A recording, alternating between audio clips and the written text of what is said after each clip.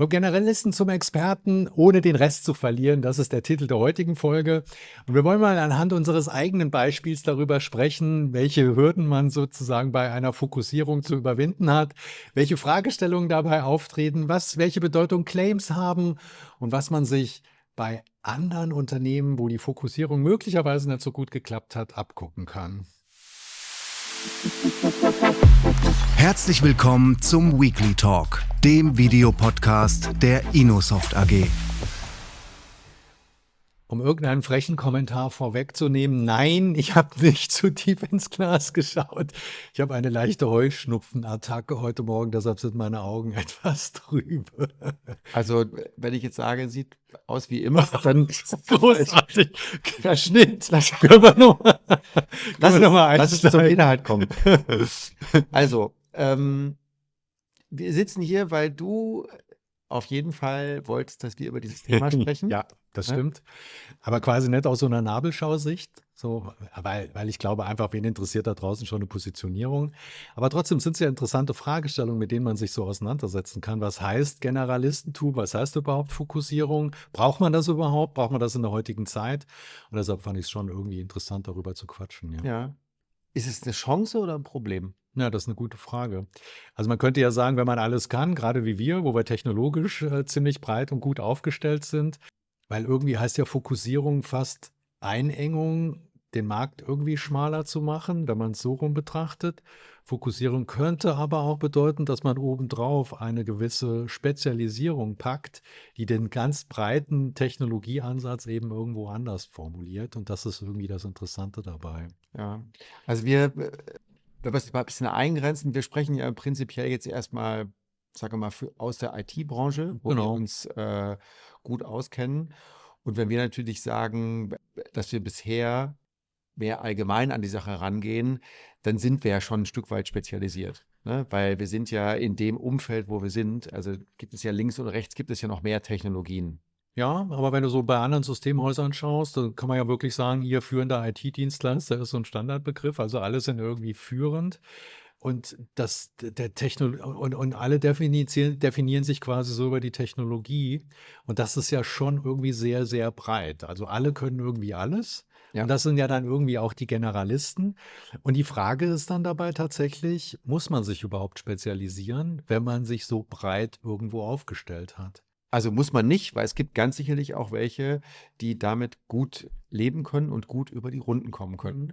Aber ich glaube, wenn man sich in irgendeiner Form am Markt etablieren will, dann kommst du darum letztendlich nicht drum rum, ob du das jetzt quasi rausposaunst oder nicht, aber du tust es zwangsläufig.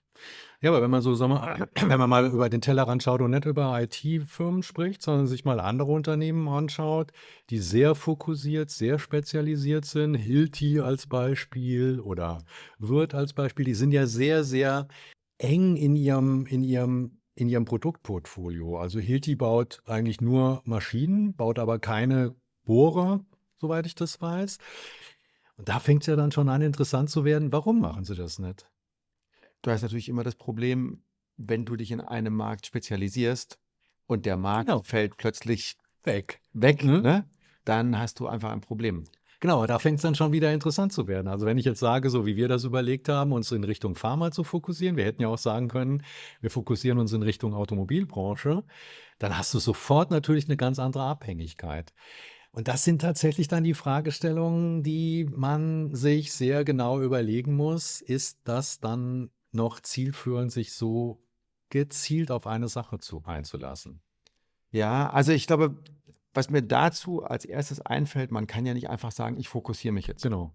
Ja, das wäre ja schön, wenn wir jetzt sagen würden, und es wäre jetzt auch aus unserer Sicht, wenn wir jetzt sagen würden, wir gehen jetzt in den Bereich Automobilindustrie, dann wäre das im Prinzip ein Label, was wir uns nicht geben dürften. Mhm. Ne? Trotzdem könnten wir sagen, wir malen jetzt unsere Webseite, die ja sozusagen die Litfaßsäule nach draußen ist. Was wir tun, könnten wir ja sagen, wir malen sie anstatt Genau, blau, malen sie jetzt grün an und grün steht für Automobil und wird nicht funktionieren. mhm. Ja? Sondern ich glaube, eine Fokussierung kannst du nur dann kannst du sozusagen rausgehen, Mhm. wenn du auch ein Stück weit was zu bieten hast. Ja, das Ja. stimmt.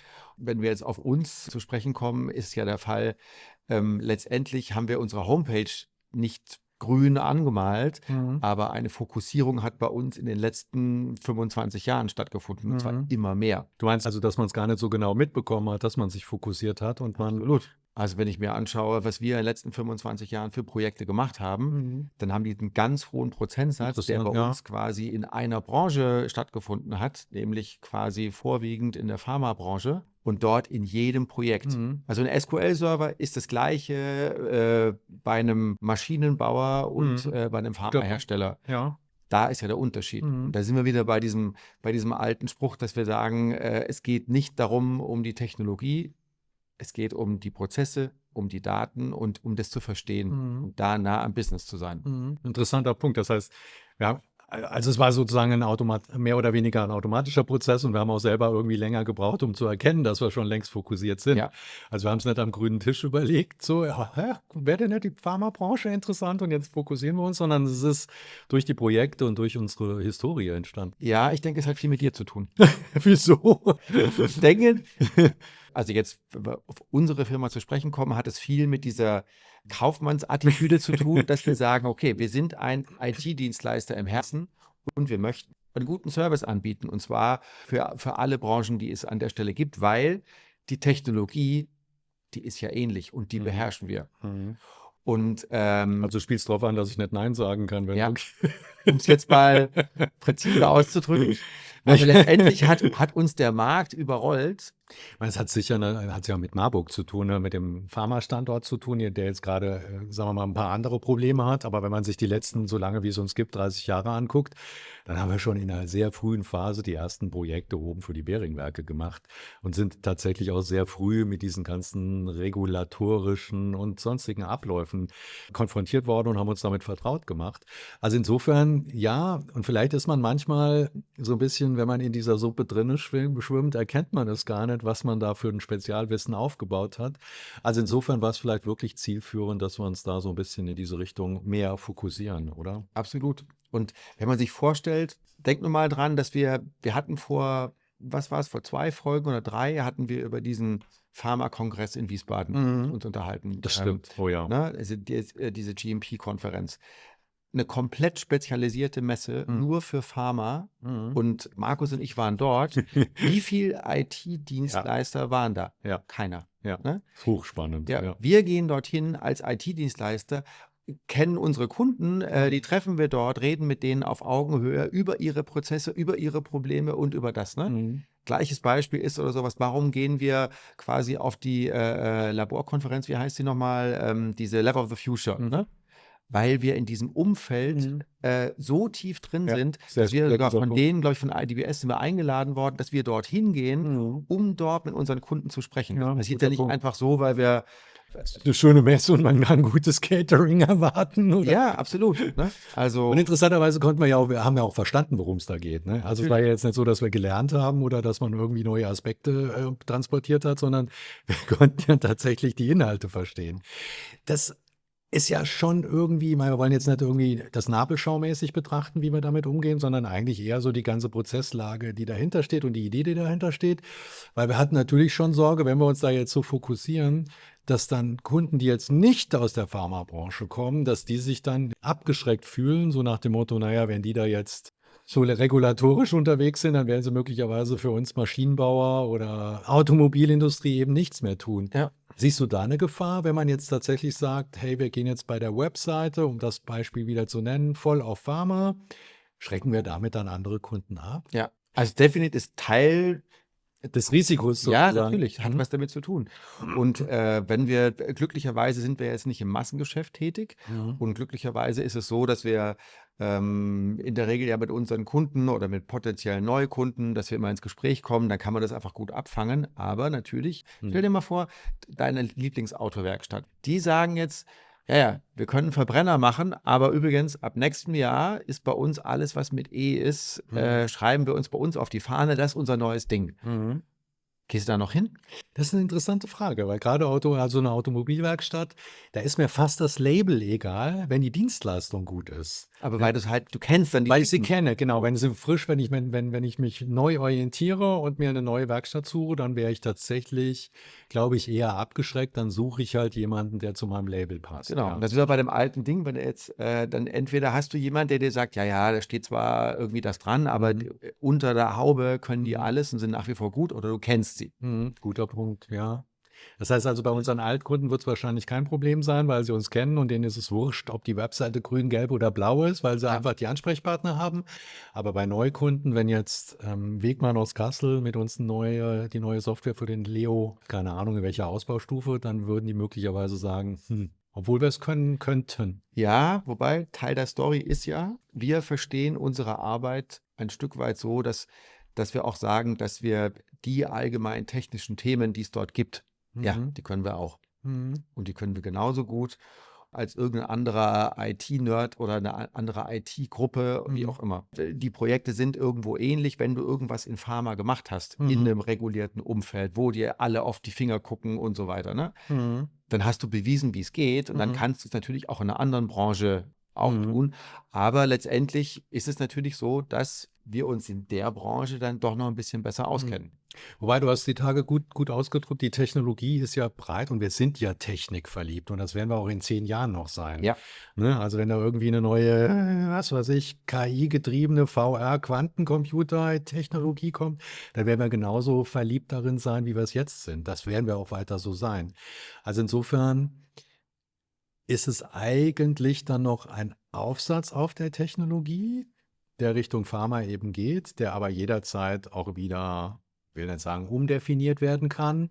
Aber je nachdem, wie sich der Markt, wie sich die Welt entwickelt, ist es jetzt nicht so eine große Abhängigkeit von dieser Fokussierung, dass wir da sagen würden, dass es möglicherweise existenzielle Fragestellungen betrifft, wenn irgendwann die Pharmabranche vielleicht nicht mehr so gute Ja, im Rahmen steht. im Raum absolut. steht. Weil ich finde, neben der Technik geht es um die Methodik. Mhm.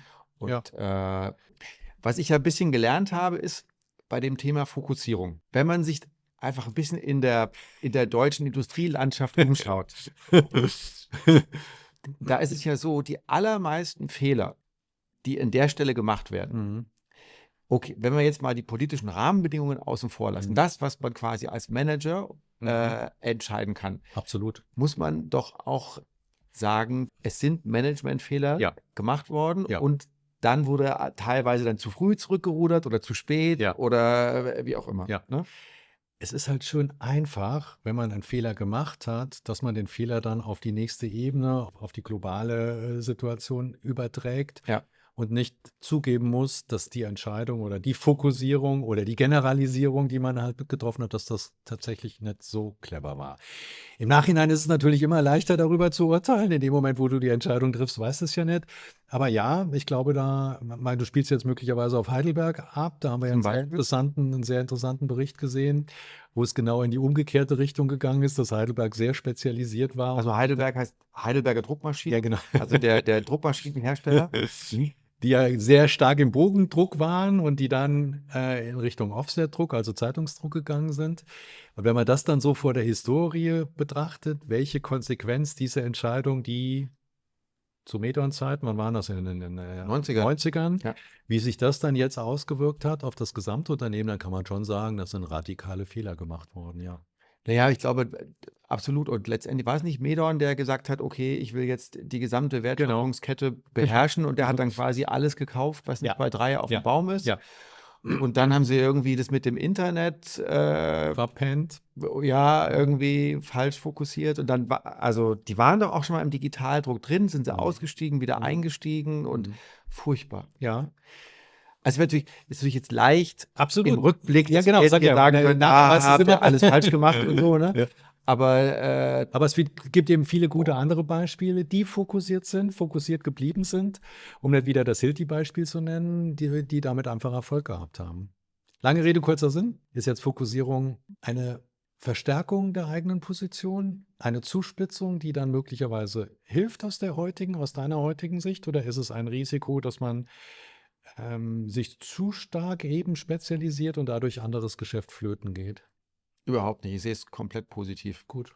letztendlich ist in unserem Fall eine Spezialisierung einfach nur ein Nachweis, dass wir das, wenn wir es in der Branche Ja, gut bestehen können, ja, und das sehen wir jeden Tag, ja, dann können wir es in anderen Branchen auch und können das in anderen Branchen auch relativ schnell ja. sozusagen auf die Kette bringen. Also wir gehen offen damit um, das kann man tatsächlich auch so sagen. Wir gehen auch kritisch damit um. Also wenn wir in 5 Monaten feststellen, das war eine Schnapsidee oder das war eben nicht so vorteilhaft, dann reden wir wieder drüber, dann reden wir vielleicht auch öffentlich drüber, dann kann man auch mal zugeben, dass man vielleicht einen Fehler gemacht hat. Vielleicht funktioniert es aber auch gut. Jedenfalls kommt ab nächster Woche die neue Webseite und man kann ja wie soll man sagen, sich den einen oder anderen Kommentar anhören. Wir werden auch sicher mit unseren Altkunden, mit unseren Stammkunden reden, die jetzt nicht aus der Pharmabranche kommen, um einfach mal zu hören, wie das so auf die wirkt. Also wir gehen damit sehr kommunikativ um und schauen einfach mal, wie sich die Welt da draußen dann weiterentwickelt. Ich finde es immer kritisch, wenn du Ankündigungen für die Webseite machst. Bisher hast du noch jede Timeline gerissen. Wir wollten doch jetzt hier keine internen fragwürdigen. Absolut. Das ist ein anderes Thema. Aber ich glaube auch, ganz sicherlich werden wir in einem halben Jahr dieses Thema anders bewerten, Ja, genau. weil wir werden uns natürlich das ein Stück weit anpassen. Ja. Ne? Also wir verwenden so viel Zeit, Ja. Energie Ja. auf dieses Thema aktuell, dass wir natürlich uns schauen, wie wir uns aufstellen wollen und so weiter. Also, Aber vielleicht ist das ein Ansatz, weshalb man, wenn man mit den Dingen offen umgeht und wenn man tatsächlich auch mal zugibt, dass man vielleicht daneben lag mit einer bestimmten Einschätzung, vielleicht ist das eine gute Grundlage, um im Markt einfach zu bestehen und sich mit den ganzen Abhängigkeiten, mit den ganzen Veränderungen vernünftig auseinanderzusetzen. Also, dass man nicht so vorgeht, wie manche Partei das tut, wir sind auf dem richtigen Weg, wir wissen, was richtig ist, sondern dass man insgesamt ein bisschen offener damit umgeht und sagt, wir nehmen an, dass es so ist, aber eben versucht, das permanent zu korrigieren. ja. Sehr gut. Vielen Dank, mein Lieber. Sehr gespannt. Danke für Ihre Zeit. Danke für Ihr Interesse. Bleiben Sie uns gewogen und gesund. Nein, bleiben Sie gesund und uns gewogen. Und bis zum nächsten Mal. Sag nichts. Gar nichts.